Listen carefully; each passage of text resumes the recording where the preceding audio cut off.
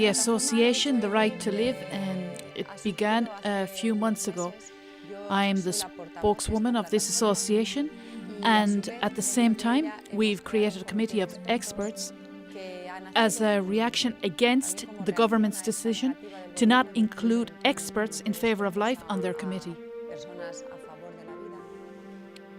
My work within the association consists in speaking out and in working in all that is necessary so that the reality of abortion can be made known in society.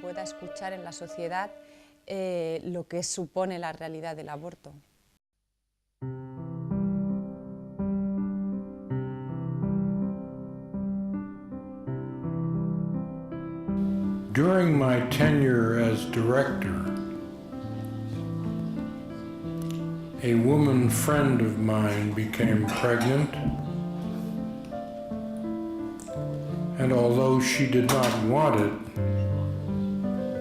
I persuaded her to have an abortion. She wanted the very best abortionist, and that was, of course, me. So I did the abortion, and I executed my own child.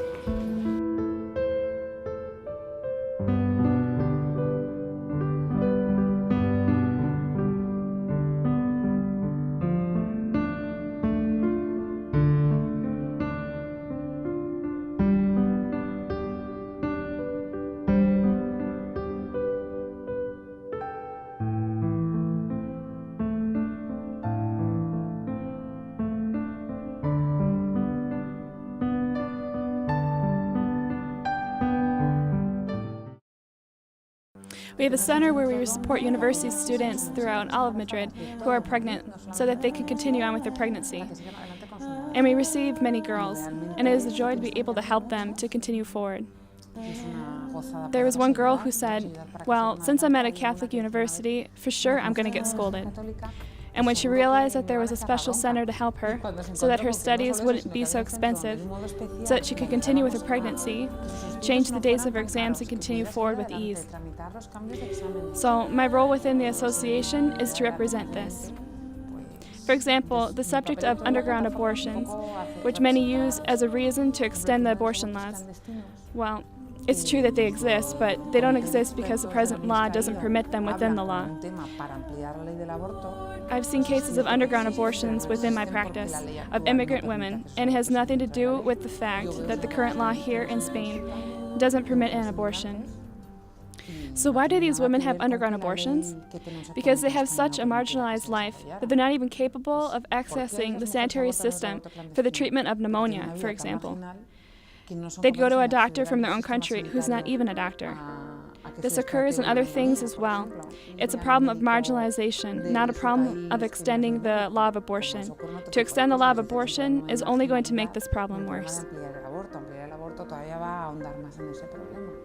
What can be clearly seen when one attends one of these meetings, as I've had the opportunity to do at United Nations or in Brussels or at international conferences, is that there's a clear offensive attack present, with diverse actors and with diverse intentions and interests, but a clear attack to implant abortion on a worldwide level.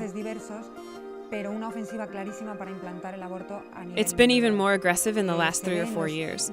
We can see how the same kinds of laws, the same conducts, are taking place in Brazil, in Argentina, in Chile, in Uruguay, in Paraguay, in Nicaragua, in Ecuador, in Mexico, in Spain, in Portugal. It's no coincidence. There are interests, and on one hand, for example, institutions like the International Federation of Planned Parenthood, Marie Stopes International in Great Britain, first of all, primarily in the United States, are the owners of the largest networks of abortion clinics in the world. They earn money from abortions, and they form very large pressure groups in the international forums, especially in the UN and in Brussels.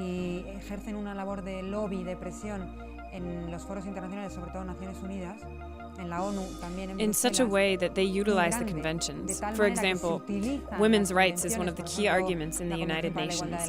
It's later used to pressure other countries to modify their laws and include abortion.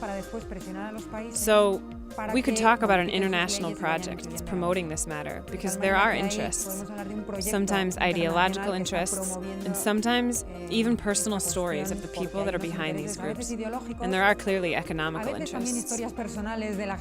Detrás de estos lobbies y claramente intereses económicos.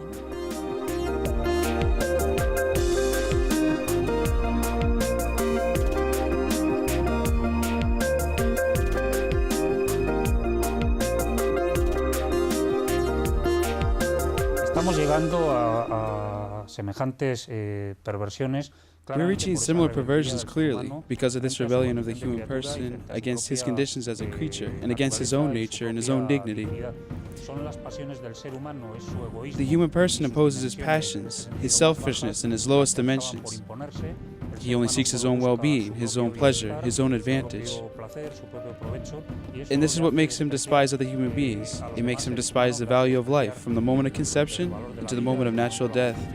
Through phenomena like those that we're living very intensely right now, such as abortion, assisted suicide, euthanasia, investigation of human embryos, and etc., etc.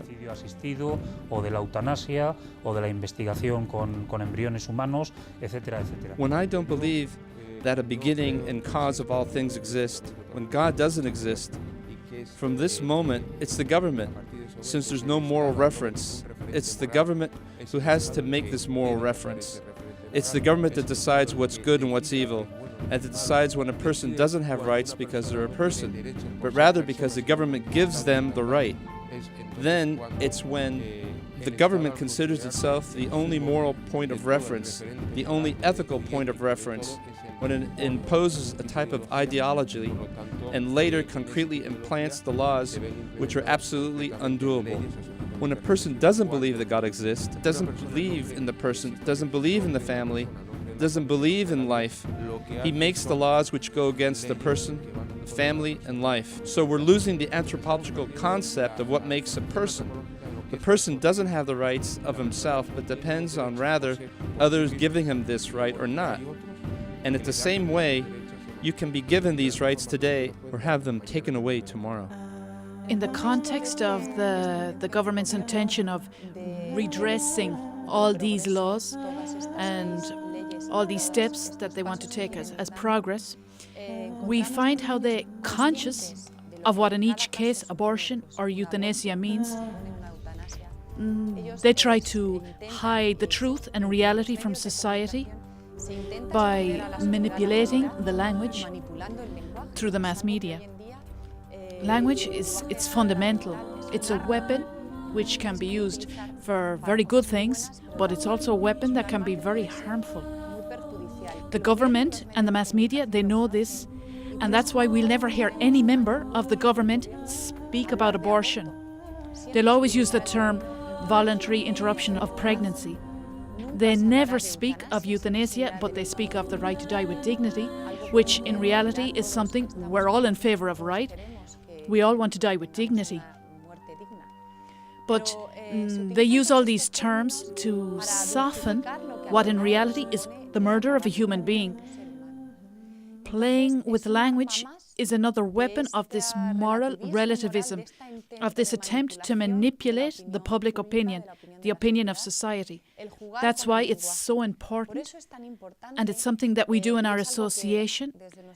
And in the association, there are alternatives to have a glossary of terms in which we name the things as they are.